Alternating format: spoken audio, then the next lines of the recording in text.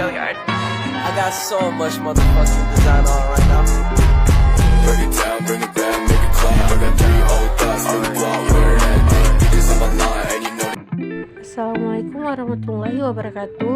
Hai teman-teman sekalian. Jadi pada kesempatan ini saya akan membahas apa sih manfaat mempelajari pendidikan anti korupsi.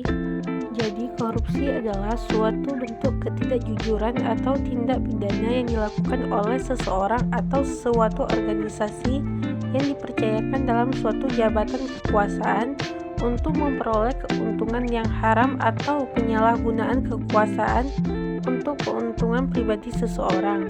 Korupsi dapat melibatkan banyak kegiatan yang meliputi penyuapan, penjualan pengaruh, dan penggelapan, dan mungkin juga melibatkan praktik yang legal di banyak negara. Dari sudut pandang hukum, tindak pidana korupsi secara garis besar memenuhi unsur-unsur seperti perbuatan melawan hukum, penyalahgunaan kewenangan, dan merugikan keuangan negara ataupun perekonomian negara. Penyebab terjadinya korupsi bisa bermacam-macam, tergantung konteksnya. Biasanya media sering mempublikasikan kasus korupsi yang berkaitan dengan kekuasaan dalam pemerintahan. Pada faktanya, korupsi sebenarnya telah terjadi dari hal yang paling sederhana sampai hal-hal yang lebih kompleks. Saat perilaku konsumtif masyarakat serta sistem politik yang masih bertujuan pada materi, maka hal itu bisa meningkatkan terjadinya permainan uang yang menjadi penyebab korupsi.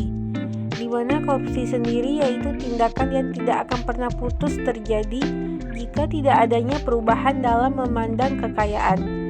Semakin banyaknya orang yang salah mengartikan mengenai kekayaan, maka akan semakin banyak juga orang-orang yang melakukan korupsi. Jadi, mempelajari pendidikan anti korupsi memiliki banyak manfaat penting. Berikut ini adalah beberapa manfaat utama dari mempelajari pendidikan anti korupsi. Yang pertama, dengan mempelajari pendidikan anti korupsi adalah langkah penting dalam membangun masyarakat yang adil, transparan, dan bebas korupsi. Dengan meningkatkan pemahaman dan kesadaran tentang korupsi, serta mengembangkan keterampilan dan moralitas yang kuat, individu dapat berperan dalam melawan korupsi dan membangun masa depan yang lebih baik untuk negara mereka. Yang kedua, pendidikan anti korupsi ini sangat penting bagi perkembangan psikologi siswa. Pola pendidikan yang sistematik akan mampu membuat siswa mengenal lebih dini hal-hal yang berkenaan dengan korupsi termasuk sanksi. Yang ketiga, pendidikan anti korupsi ini diberikan agar terciptanya generasi muda yang dengan sadar dan memahami bahaya korupsi, bentuk-bentuk korupsi, dan juga mengetahui sanksi-sanksi yang akan diterima jika seseorang melakukan korupsi. Yang keempat, meningkatkan transparansi dan akuntabilitas. Dengan mempelajari pendidikan anti korupsi, individu akan memahami pentingnya transparansi dan akuntabilitas dalam pemerintahan, sektor swasta, dan masyarakat secara umum.